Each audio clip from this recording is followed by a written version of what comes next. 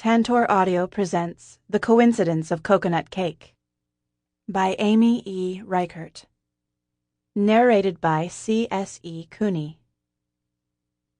I think careful cooking is love, don't you?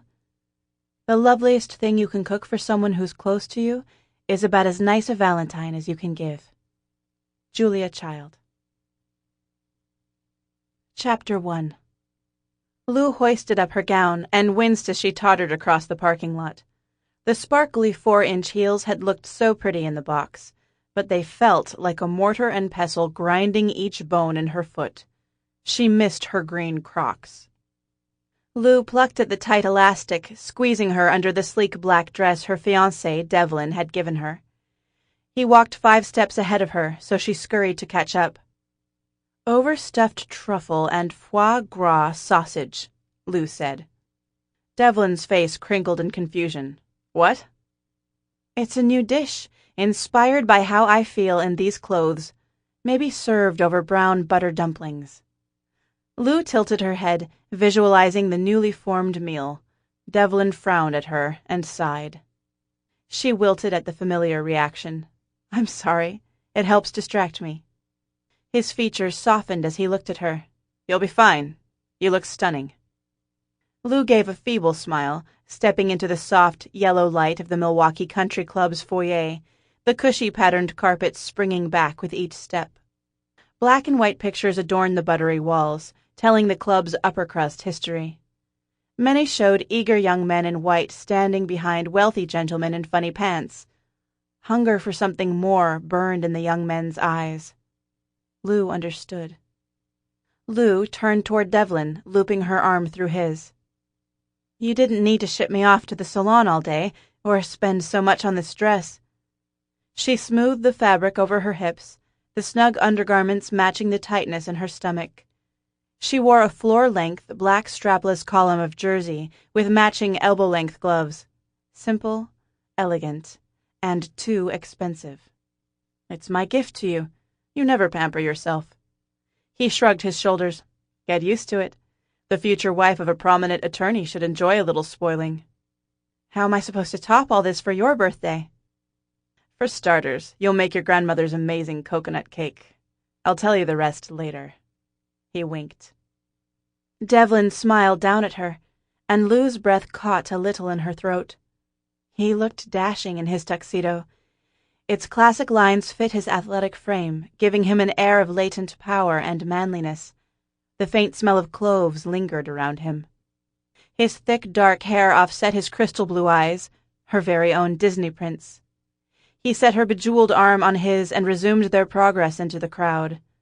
Lou clung to his Italian wool-clad arm as if it were a life-preserver as they wandered through the perfumed and primped throng of attorneys and spouses at the annual firm gala. The private club swam with glittering women and powerful men. Waiters in white tuxedo jackets swerved through the crowd, delivering 20-year-old scotch and white wine to thirsty guests. Additional waiters carried trays with appetizers, the obligatory bacon-wrapped water chestnuts and peeled shrimp with cocktail sauce. Lou sighed at the dull offerings, imagining what she could do with this party's budget. Devlin steered her toward a group of older men with elegant women by their sides. Bill, how are you? Devlin said, extending his arm toward the largest man. And do you remember my beautiful fiancée, Elizabeth? All eyes turned to her. Lou gritted her teeth at his introduction. Bill turned to Devlin and Lou. We were just talking about the new restaurant critic for the paper, A.W. Wadisky. Have you read his reviews? Devlin shook his head. I've heard of him, but haven't had the time to read. The German case is taking more time than expected. Any good recommendations? The opposite. He obliterates every restaurant he reviews. But he does it in the most entertaining way, like Dennis Miller as a restaurant critic. Really?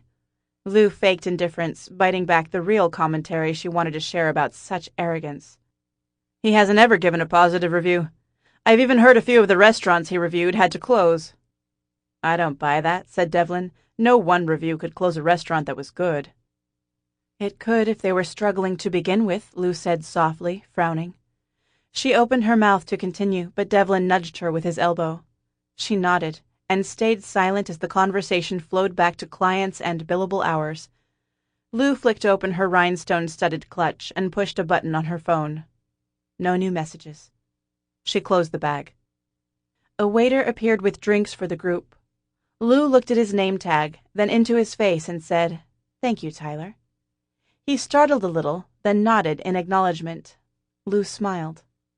The rest of the small group continued talking about upcoming trials and the difficulties of finding good nannies. Lou watched the waiter flit into the crowd toward the bar, empty glasses appearing on his tray as he crossed the room, bobbing swift nods as he took new drink orders efficiently. He served without interrupting, moved quickly without rushing.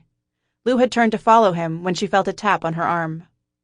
When Lou looked, Bill's wife stood too close, radiating musky perfume. "So, how did the two of you meet?" Before Lou could answer, Devlin turned toward them. "Elizabeth used to work at Giuseppe's years ago." They had a made-to-order pasta station where people could sit and watch the chef, Lou added, smiling at the memory.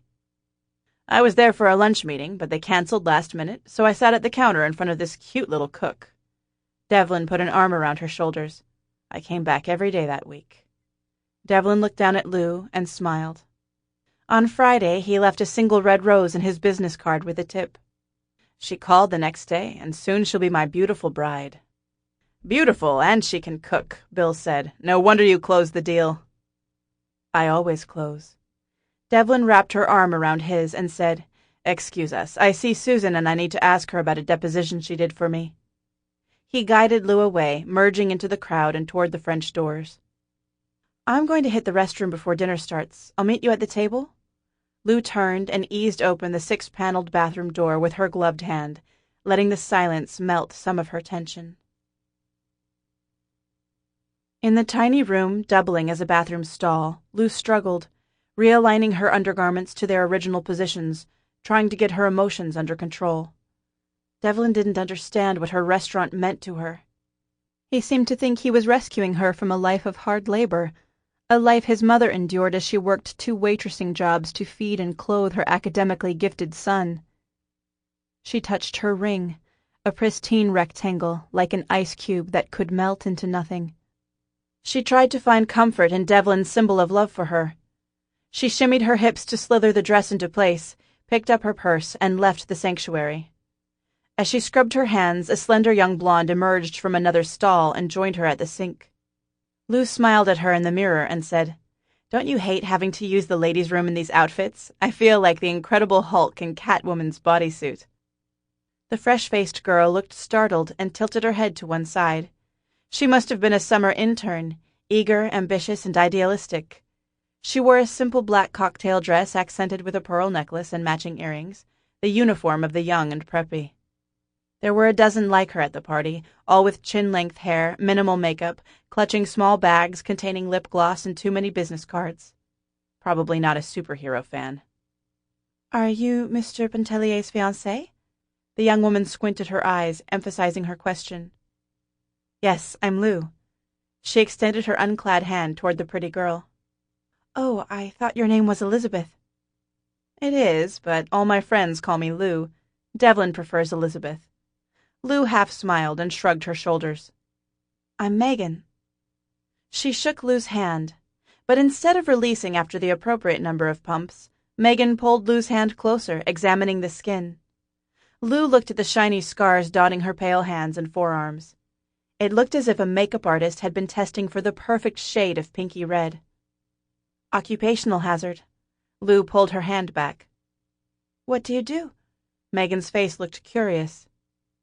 Lou rubbed the marks, feeling the smooth bumps. "I'm a chef. My pastry chef says the more battle scars, the better the food."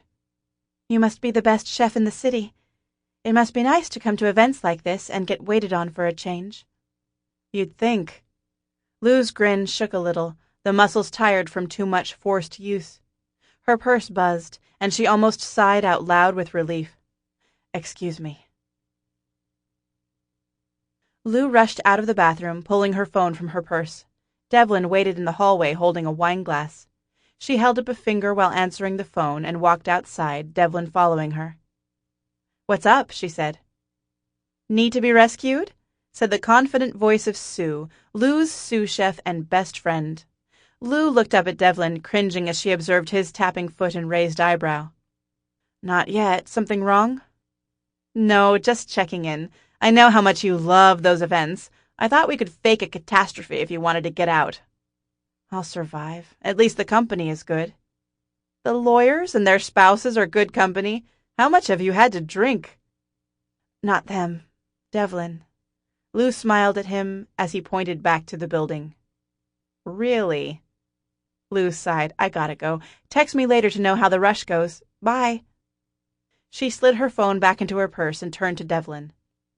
Sorry about that. Thanks for the wine, she said, as she took the glass he offered. Can you not be a chef tonight? I can try. You should hire someone to cook for you. Then you'd have more free time. I can't afford that. Besides, cooking is the best part. I think you would enjoy a night off. I do, but my idea of pampering doesn't involve high heels and elbow-length gloves. At least, not with a gown. Lou gave him a gentle hip bump and a smile. The night is young. With a placating smile, Devlin held the door open for her and followed Lou back inside. Soon, you won't need to work anyway, and I can spoil you all the time. Lou turned to look at Devlin, her eyes pleading with him to listen. Business is improving. I love it. Why do you keep bringing this up? Elizabeth, you work too hard, and you'll need more time once we get a house and have kids. You'll still get to cook amazing food, but you won't need to worry about staffing and rent and bills. It's the ideal situation for you. Devlin gave her a kiss, took her hand, and walked right over her plans. Lou struggled to breathe under the weight of his version of their future. After dinner, Lou escaped outside into the prematurely warm April night. She peeled off the gloves and stepped out of her shoes onto the cool grass of the practice green, moaning with relief as she texted Sue. Steady night? Lou looked up at the stars, waiting for the reply ping. We hit a new record, 102 plates, need another server. Lou let out a whistle of appreciation. From behind her, she heard voices beyond the edge of the green. Lou walked toward the sound to see a handful of white-coated waiters smoking cigarettes and rehydrating. One of them was Tyler, the waiter she had noticed earlier. On it. Keeping her eyes on the servers, Lou slid the phone into her bag, picked up her shoes, and walked toward the group, stepping gently as the soft grass switched to rough pavement. Excuse me, Tyler? Lou said. 3 startled faces looked up, eyes wide at the intrusion. Sorry, I don't mean to interrupt your break, but do you have a moment? Lou? Devlin's voice cut through the darkness behind her. Crap, Lou said, digging her card out of her clutch. I own a restaurant, Luella's. If you're looking for a steady job with good tips, give me a call. She pressed the stiff paper into Tyler's hand and turned to see Devlin standing behind her, staring at the waitstaff. She heard them scatter. Devlin's brow wrinkled as he spoke. I wondered where you disappeared to. Ready to go? Lou exhaled, realizing she had held in her breath, anxious about what Devlin might say. Yes, please, my feet are killing me. Devlin looked at her heels dangling from her fingers. I can see that. Why don't we walk around so you don't have to put them back on? He smiled at her and she relaxed. He took her arm and led her to where his Jaguar waited for them. He guided her into the front seat, pulling a cream gift box from the back with the words La Perla adorning the top. As Devlin slid into the driver's seat, Lou raised one eyebrow at him and said, Is this part 2 of your own birthday present? Devlin winked, then started the car. You know, it's customary for other people to buy you gifts, Lou said. Consider it the gift wrap to what I really want. Lou rolled her eyes and opened the box as Devlin drove out of the parking lot toward his condo. Inside, a tasteful nightgown of robin's egg, blue silk, and creamy lace sat nestled in crisp tissue paper. As she lifted it from the box, the delicate material caught on the rough edges of her calloused hands, the dainty lace ready to snag. Her spine tensed with worry about destroying the diaphanous fabric. She slithered it back into the box, swallowed, and said, Shall I try it on when we get back to your place?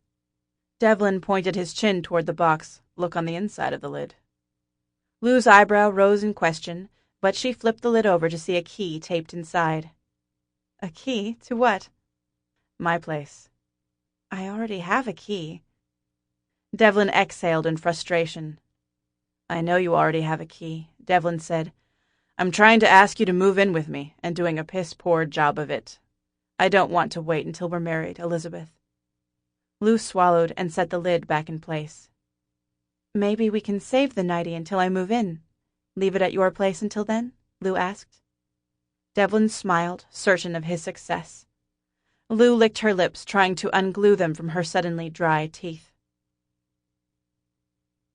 Lou squinted as she studied Harley, her pastry chef, between the shiny shelving separating his domain from the rest of the kitchen at Luella's. He didn't seem to notice her. She could see the amber bottle of vanilla on the shelf a few feet away in his station.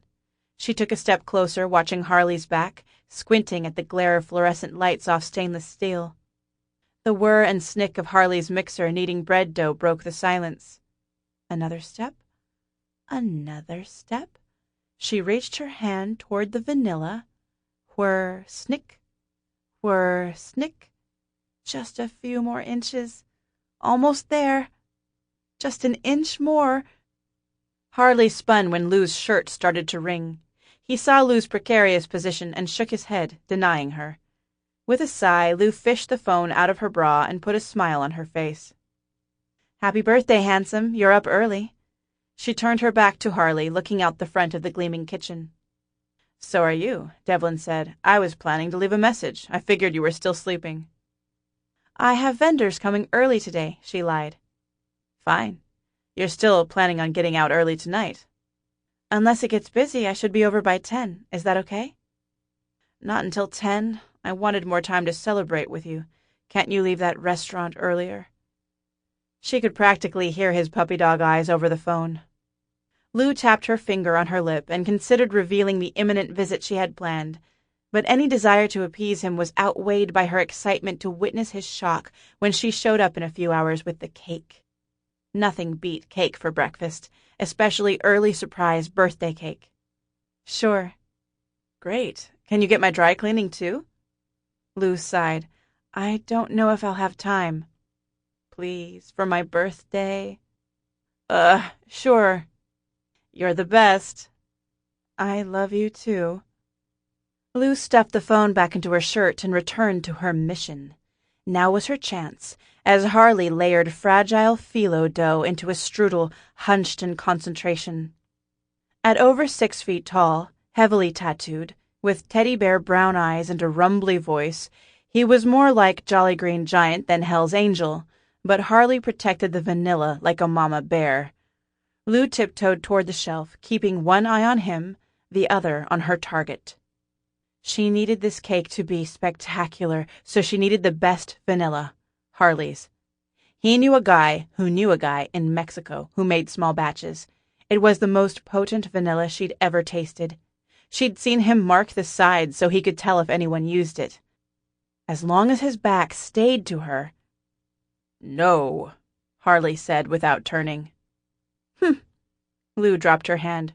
Her shoulders sagged. She needed that bottle. "Please, Harley, I need your good vanilla for the cake." "He doesn't deserve it." Harley turned to face her, shaking his head from side to side. "And I can't believe you're moving in with him." Lou twisted her apron in her hands. "I haven't agreed yet. That's why I need the cake to be perfect." "He won't appreciate the subtlety. He wants you to move in, so it's inevitable." "I don't know. A ring is one thing. Moving in, it's too real." She reached toward the bottle again. Harley watched her, waiting for her next move. His neat blonde beard covered his jaw like Kenny Rogers's circa 1985, and an ever-present black bandana covered any hair he had. His full name was Harley Rhodes. Whether from predestination or paperwork, the name fit him. "Damn it, Harley, as my pastry chef, I respect you. As a friend, I value you. But right now, you're pissing me off. I pay for the stuff. I'll use it when I want." Lou grabbed the bottle and scurried back to her mixer. She could feel Harley smile at her retreating back. She took a deep breath, blew it out, and began pulling ingredients off shelves, confident where each was, never pausing to think before grabbing. Lou set out a large bowl, then measured each cup of flour, leveling the top. A cloud puffed with each addition to the bowl. You should weigh it, Harley said, standing behind her. Lou jumped with a little yip. My grandma didn't weigh it. You're better than your grandma. If only. Luella had been Lou's favorite grandma. Some grandmas took their grandchildren to parks, or bought them books and dolls, or shared their special stories. Her grandma shared her recipes. She taught Lou how to check when a roast turkey was done, chop veggies without cutting off a finger, and bake a coconut cake grown men swooned over. A fog of comforting smells had perpetually blanketed her kitchen, an expression of her love so strong you could taste it. Lou caught the culinary bug during those early days and loved that she was named after her grandma, even if Lou believed she'd never make food quite as delicious. Lou rolled her eyes at Harley's overconfidence. I'll do it her way. Lou stared at Harley until he returned to his station. Back to the cake. She added the baking powder and salt and whisked them together. Next, Lou combined the coconut cream and milk in a separate small bowl, lifting it to her nose to enjoy the heady scent. Lou used her stand mixer to cream the butter, blending until it was smooth. She poured in the sugar and kept mixing until the batter was pale and fluffy. Ingredients in baking were mixed in a specific way to create a specific result, a lot like relationships, Lou thought. If people didn't blend well together, you'd never get the outcome you wanted. Next, she added the coconut extract and Harley's vanilla.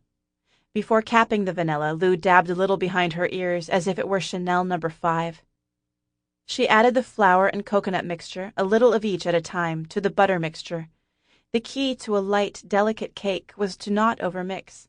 Handling it too much made the cake dense and tough. If you tried too hard, you ruined it.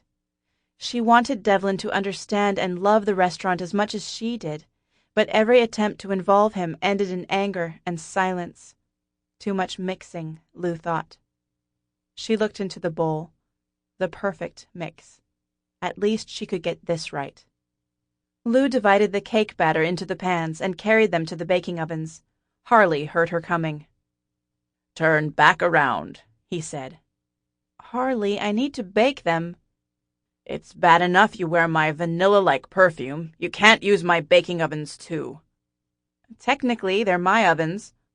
Harley crossed his arms and stood in front of them. I have bread-proofing. Fine.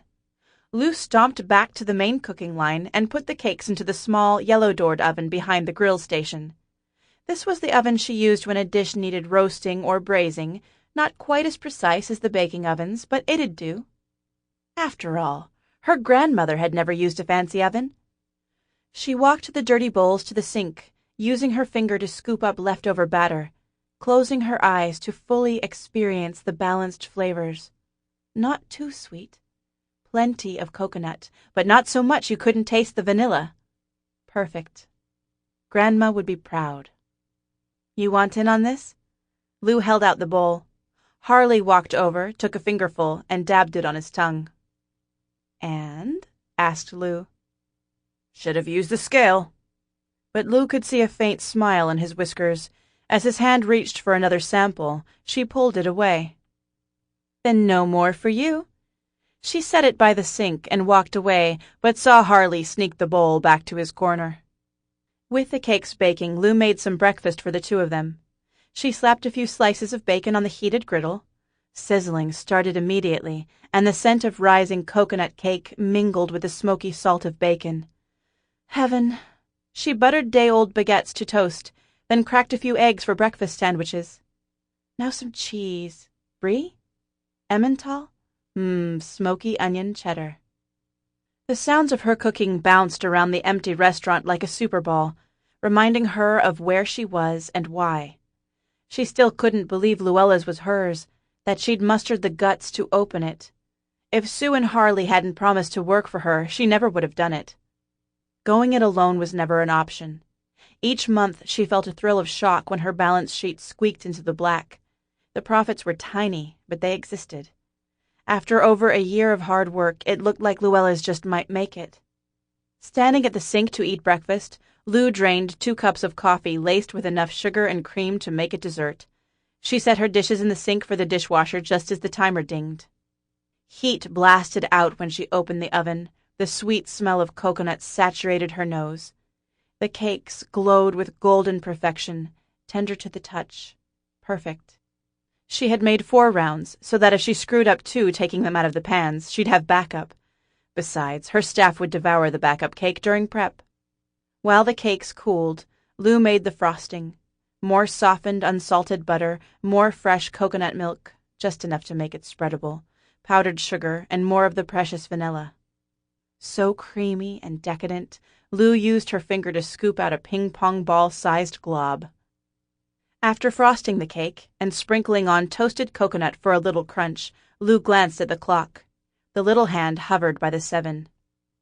Damn! Lou slid the freshly frosted confection onto the cardboard box, then folded it around the cake. She tied the box closed with butcher's twine, grabbed her keys, waved to Harley, and rushed to the door as Sue entered the kitchen. Lou noticed Harley stop and stare at the newest arrival. "Morning, Lou. Hey, Harley. Coffee on?"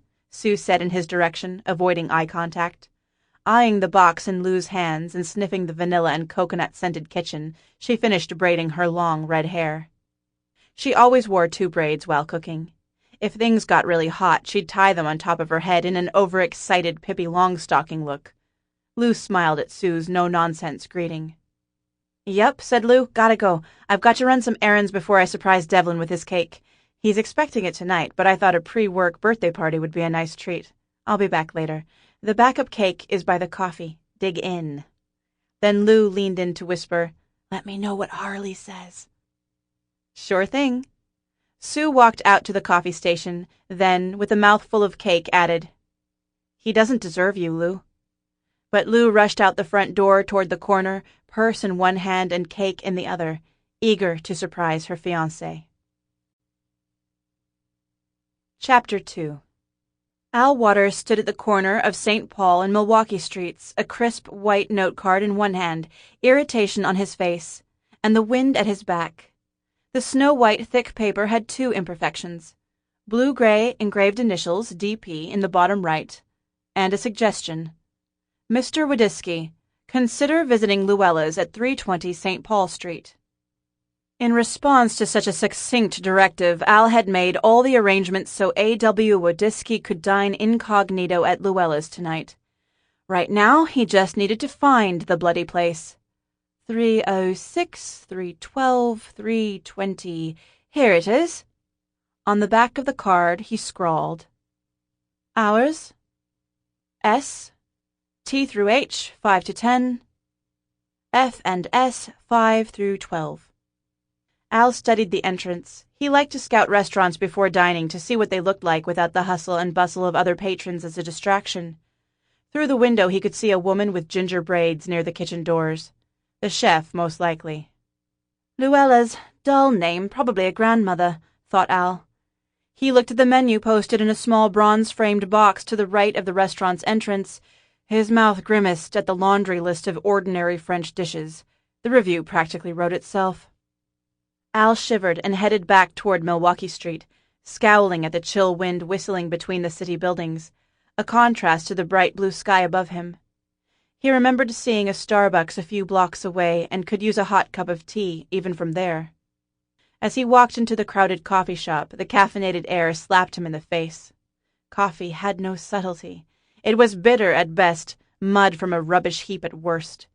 He could manage a latte or mocha, but that didn't count as coffee. Al shuffled to the counter to order his Earl Grey with a splash of milk. Starbucks had an absurd tea selection. Darjeeling and Earl Grey were the only reasonable options. The rest involved berries and herbs, which no self-respecting Englishman would order. He waited for his tea at the pickup counter, tapping his foot at a rapid pace. Finally, he grabbed the hot drink and worked his way through the caffeine-deprived crowd toward the door, still polite and smiling at him as he pushed through. What were they so cheery about at 7 in the morning? Al left the coffee shop and crossed the street to the Milwaukee Public Market, the one small but bright spot in Milwaukee's culinary scene. He had heard about an outdoor farmers market here in the summer, but after 4 months in the freezing, God-forsaken city, he thought summer was a cruel joke locals played on new arrivals. It was supposed to be the first warm day of spring, which was why he'd left his winter coat at his flat. Fool. Sample complete. Ready to continue?